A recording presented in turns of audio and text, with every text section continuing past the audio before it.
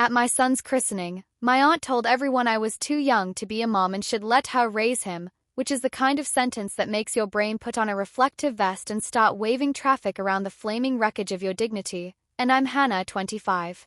An early childhood educator at a community center where I spend my mornings crouched at eye level with toddlers explaining that sharing doesn't mean sacrificing your favorite toy forever, it means you'll get it back, and my afternoons teaching art with washable paint and the patience of a saint I have not met but aspire to be when nap time fails and the glitter gets ideas. I was not too young. I was exactly as young as I was, which is to say fully alive and very caffeinated and the sort of exhausted that rearranges your personality and reveals what remains bolted to the floor. My son Noah came in the spring at 3:06 a.m. with the precise whimper of a polite complaint as if to say, "Excuse me, the lighting is a bit harsh out here." He had my nose and his father's solemn eyes and the kind of hair that looks like mourning even at night. I wanted the christening because my grandmother wanted the christening and because I am the kind of person who believes in ritual the way I believe in snacks. They do not solve everything, but they hold you while you think. The morning of the christening began with the quiet panic of the zipper that did not trust me. The dress was cream, the color of promises, and the neckline had been a small argument with my budget and the tailor. I fed Noah with one hand and texted my friend Amaya with the other. If you don't arrive with lip balm and a sense of humor, I will baptize myself with coffee. She sent back a selfie in the car with a bag of emergency makeup and a bottle of water the size of my new anxiety. My mother called to say she'd met the florist in the parking lot and the lilies looked like they'd been raised by a strict aunt. That should have been my foreshadowing. My Aunt Lydia arrived early because of course she did. Lydia believes in punctuality like it pays taxes. She is my father's older sister by 5 years, the keeper of family quiz nights and grudges, a woman whose eyebrows are always telling a story that her mouth will confirm. She is also the person who has never forgiven time for moving forward without consulting her. When I was 10 and tripped at Thanksgiving, she caught me by the elbow and said, "Steady the tray, Hannah," as if I were a waitress on a ship. When I was 16 and wanted to dye my hair, she said, "You're so pretty, don't ruin it," which is the polite way of telling a girl she belongs to the gays that raised her. She loved me, I do believe this, in the way of a general who loves their soldiers, fiercely, possessively, with an eye on formation. She saw me in the parish hall and made that sound that women make when presented with babies, the coo that belongs to pigeons and grandmothers. "My darling," she said, arms open. I let her hold Noah because he is contagious and because I was still in the phase where saying no felt like refusing air. She pinched his leg gently and declared him perfect in the tone of someone delivering a verdict. "He needs a firmer swaddle," she observed, though he was sleeping like a rich man's conscience. "And you're pale," she added to me, as if I'd left my color on the bus. "Are you taking your vitamins? You know your iron runs low." "I am hydrated and fortified," I said, smiling because I have learned in a family with Lydia to add theater to my truths. She shifted her gaze to my boyfriend Marco, who was adjusting my mother's wrist corsage with the focus of a man diffusing a floral bomb. "You look tired," she announced. "Thank you," he said cheerfully. "We're trying a new sleep schedule called The Baby Hates Us." Lydia pursed her lips. "Children need structure," she said. "And mothers need supervision." "I'm the structure," I said, still smiling. "And Noah thinks I'm a tree." The church smelled like wood warmed by sunlight and a cleaner with opinions. Father Daniel is small and kind and has the gentle hands of a person who has learned to carry water, grief, and casseroles with the same reverence. Family lined the pews, a patchwork of good intentions and loud jewelry. Amaya slipped in beside me to fix my hair and whisper, "If your aunt starts narrating your maternal instincts like a TED Talk, I will pretend to faint on cue." Noah wore a christening gown my grandmother had crocheted when my father was a baby. It had survived 4 baptisms, 1 yeast infection of a cake mishap, and a moth with poor taste. He looked like a loaf of bread in a cloud and I wanted to bite his cheeks, but apparently that is not liturgically correct. The prayers were like water poured slowly. Father Daniel asked, "What name do you give your child?" and I said, "Noah," and it felt like placing a book on a shelf I had built with my hands and my heart and all the days I had not yet met. The godparents, Amaya and my cousin Jonah, did the solemn reading of promises with a solemnity that threatened to split into giggles. The congregation murmured, "We do," which is such a generous sentence, And then Father Daniel tipped water onto my son's head and my son made a face like, I did not approve this weather, and I kissed his forehead damp with ritual and shampoo. And then Lydia stood up. She did not stand in the proper time after the ceremony at the reception during toast-laden minutes designed for speeches. She stood in the middle of quiet in the center of a silence that belonged to a sacred thing, and she cleared her throat with the confidence of a person who believes she has always been the microphone. Family, she said, turning to face the pews, ignoring the priest's startled blink. I need to say something. My stomach performed a discreet pirouette. Marco's hand found the small of my back like a promise. I'm here. Amaya's knee bumped mine with a coded brace. Lydia held Noah like a trophy and tilted him so the light hit his already famous cheeks. Look at this angel, she said. He deserves the best. And I worry, she looked at me and then back at the audience with the grown-up version of the stage whisper. I worry that Hannah is too young for this responsibility. The air left the church. It did not drift, it evacuated. You could hear the silence decide to be a sound. She's a child herself, Lydia continued, smiling as if she were narrating a homemade video. A baby raising a baby. I was talking to Carol, she gestured to a woman who ducked like a guilty pigeon, and we agreed it takes a village. Some of us have more time, more experience. I think it would be better if I helped, really helped. Perhaps even took over for a bit. While she finishes school. While she matures. The word took over swelled like a bruise. My ears rang. Father Daniel said my name, soft, an invitation to reclaim the room, but my body did not move. It had not forgotten childbirth, but it was surprised by this contraction. I have spent years telling toddlers we use our words. This was not the context I envisioned for that lesson. In the second row, my grandmother, the sovereign of crocheted things, stiffened. My mother put a hand to her mouth, which is her way of keeping in syllables that would frighten doves. My father, whose relationship to conflict is maybe it will die if we feed it less, stared at the stained glass like a man consulting a saint for the first time. Marco stepped forward, but I put a finger on his wrist. Not yet. The godparents flanked me like polite bouncers. Lydia went on. I love you, Hannah, she said, and I believed her even as my hands curled into parentheses. I want what's best. And I know how much work babies are. I had 3. Back when people knew how to sacrifice. She smiled at the pews, recruiting. Back when families understood that elders guide the ship. It's not criticism. It's help. The word help can be a blessing. It can also be a blade. In my family, it has done both. Father Daniel tried.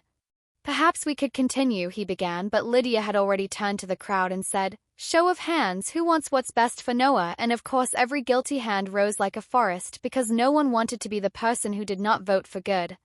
It was spectacle and trap. It was theater with a hostage. Something in me, small but competent, climbed onto a chair inside my chest and lifted a sign that read, You now. The you who teaches 3-year-olds how to wait for their turn. The you who can name a feeling without punching someone with it. The you who will be the story this baby hears one day when he asks what happened at his christening and why Aunt Lydia flung love like a lasso. The you who will let him know his mother stayed. I stepped forward and Father Daniel, bless him, stepped back. Aunt Lydia, I said, calm, because calm is a superpower when wielded by a person who could choose otherwise. Thank you for loving Noah. She smiled, relieved. She thought I was about to surrender. I accept the love, I said. I reject the premise. A small ripple in the pews, curiosity displacing shame. She tilted her head. The premise? That I am a child, I said, holding Noah. That I am a problem to be solved. That motherhood is a committee chaired by you. My voice found its river. I am 25. I have a job where I kneel on floors and remind other people's children that they are safe. I know how to measure a fever in the dark and how to get spit up out of silk and how to hold my body open while the world closes. I do not know how to please you when pleasing you requires that I leave my own life. She frowned, shocked as if I'd turned the lights up in a theater. Hannah, don't be hysterical. Don't call me hysterical in a church, I said, smiling slightly because humor is how I keep oxygen inside my head. This is sacred ground. And I'm the mother. The words weren't a weapon. They were a fact. They landed in the aisle and decided to stay. To my left, my grandmother made the sign of the cross so aggressively it was practically calligraphy. To my right, Amaya whispered, yes, like an amen without denominational affiliation. Marco looked like a person remembering where he put the sun. Lydia's face fluttered through surprise to injury to that particular expression she has when a plan is unraveling and she'd like a tailor. I raised 3 children, she said again, a refrain. I changed diapers with one hand while cooking with the other. I didn't have these modern contraptions. Neither do I said cheerfully. We're poor. A few cousins laughed. It was involuntary and therefore valuable. It cracked the ice Lydia had been skating on. I softened because I love her, because I wanted this not to be carnage but correction. I think, I said, that what you want is to be needed. I understand that. But you're making the need about control. I gestured gently at the pews. Everyone here wants what's best for Noah. Some people here think that means removing me from the job I grew inside my body to do. I let my hand rest on his back. He snuffled, unbothered by politics. I am not a young mother because I don't know what I'm doing. I am a mother learning while I do it. Which is how every mother at every age has always learned. There it was, the thing people pretend not to know because the myth of an age at which competence arrives pre-packaged is such a comforting lie. I looked at Father Daniel. May we continue? I asked. He nodded with visible relief, then did something kind and clever. He took the mic, not literally it was a church but the figurative floor, and said, we will continue, and before we do I want to bless not only Noah but also Hannah in her role as mother and Marco in his role as father, and this family in its role as family, which is, as we have just experienced, a vocation with opinions. Laughter, real this time. People breathed. Lydia sat, not graciously but not dramatically either. My mother reached for my father's hand with the gravitational force of a planet correcting its orbit. My father took it like a man remembering the hinge on a door can be oiled. We finished the rite. Water on a baby's head looks simple, it is not. It carries every unhelpful comment you have ever survived and rinses it off your threshold. When Father Daniel drew the cross on Noah's forehead, I swear the oil smelled like Sundays in my grandmother's kitchen and the way relief feels when it remembers you. We took photos that look softer than the moment did because cameras prefer mercy. Outside, the sky decided to be photogenic. People hugged me with the guilty vigor of the recently absolved. Lydia kissed my cheek and whispered, we're not finished, and I said, we're just beginning, and then I handed Noah to Marco and went to greet a line of aunts that stretched longer than some grocery receipts. The reception was in the parish hall with tables dressed like they were going to prom and a dessert table that made children concuss themselves on delight. I'd made cupcakes, lemon with cream cheese frosting, chocolate with a ganache that could seduce saints. The coffee tasted like a sermon, strong, a little bitter, absolutely necessary. My grandmother sat throne-like at a round table and received visitors who brought her napkins and news. My cousin Jonah taught 3 small children to waggle their ears. Amaya collected phones and took photos because she believes documentation is a love language. Lydia sat with a cluster of her allies and conducted a post-game analysis with hand gestures that would embarrass Semaphore. People came up to me all afternoon to say some version of "you were brave" or "I can't believe she said that" or "I had an aunt like that," which tells you something about a plague. People also came up to me to say "she's not wrong," which tells you something about the water some of us were raised to drink. I smiled politely at the latter because I was still on my good behavior and also because I knew those people were not really talking to me. They were defending their own mothers against the idea that love can be wrong-handed. Halfway through a plate of potato salad that had no business being that delicious, Lydia approached with the face she wears to funerals and graduations, the one that insists on solemnity because she assumes joy will flee if it sees a grin.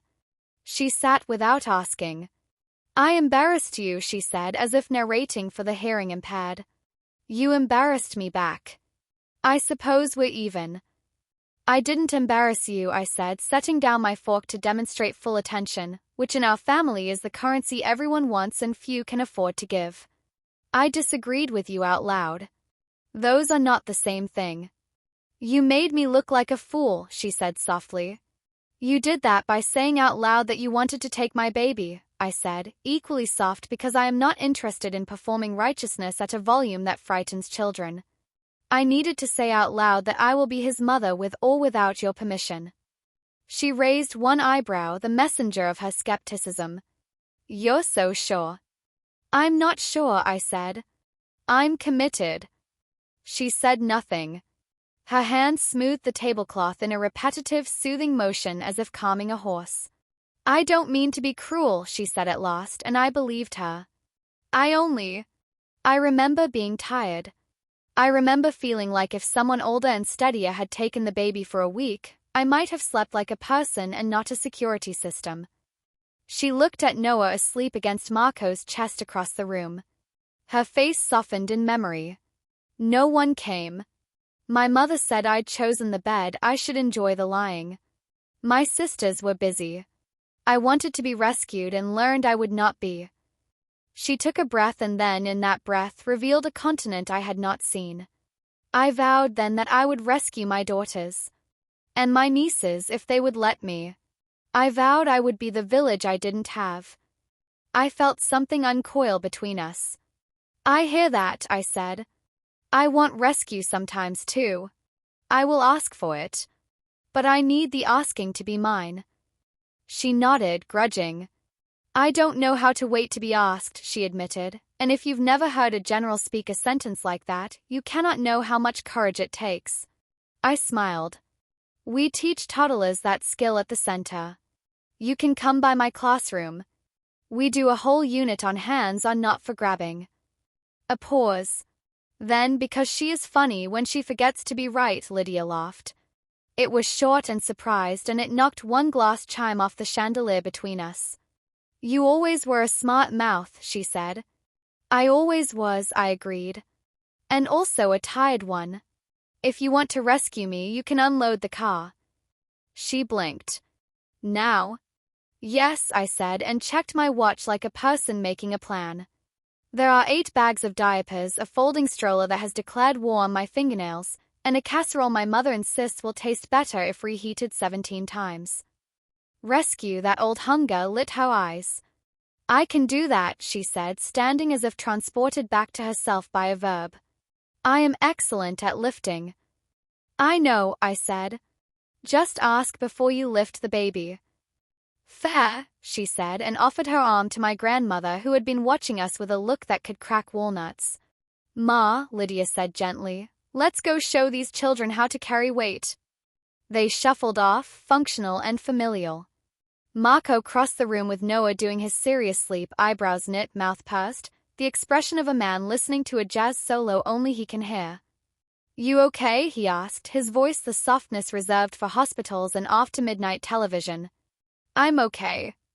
I leaned into him. The smell of Noah's head, which is a substance the FDA should regulate, made me stupid with love. I think we're going to be okay. We were not suddenly fixed. Families do not auto-update. They are a series of patches and restarts and sometimes the blue screen of death.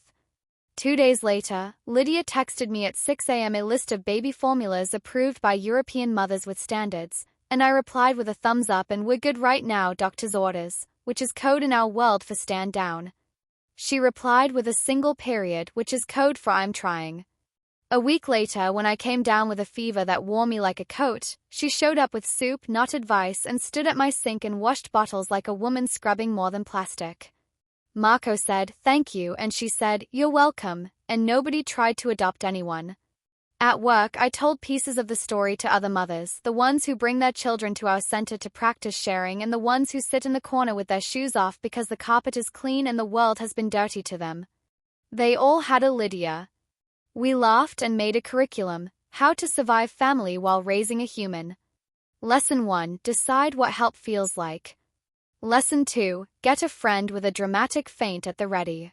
Lesson 3, practice saying, I'm the mother. Not as a threat. as a blessing. On Sundays, we go back to church sometimes.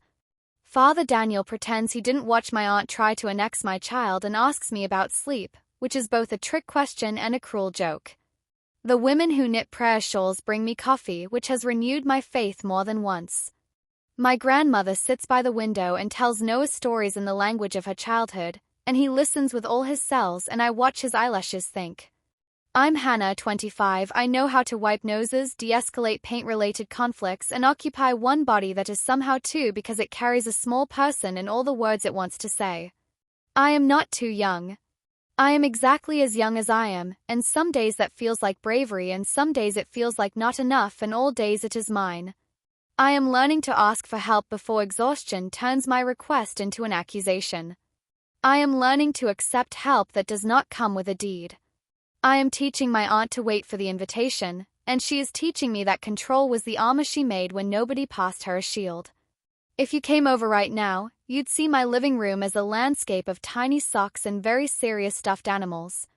Lydia would be on the floor pretending to be a forest so Noah can practice rolling toward wonder. Marco would be yawning and radiant. Amaya would be filming a how to burp a legend tutorial for our private group chat. The dishwasher would sing its watery song.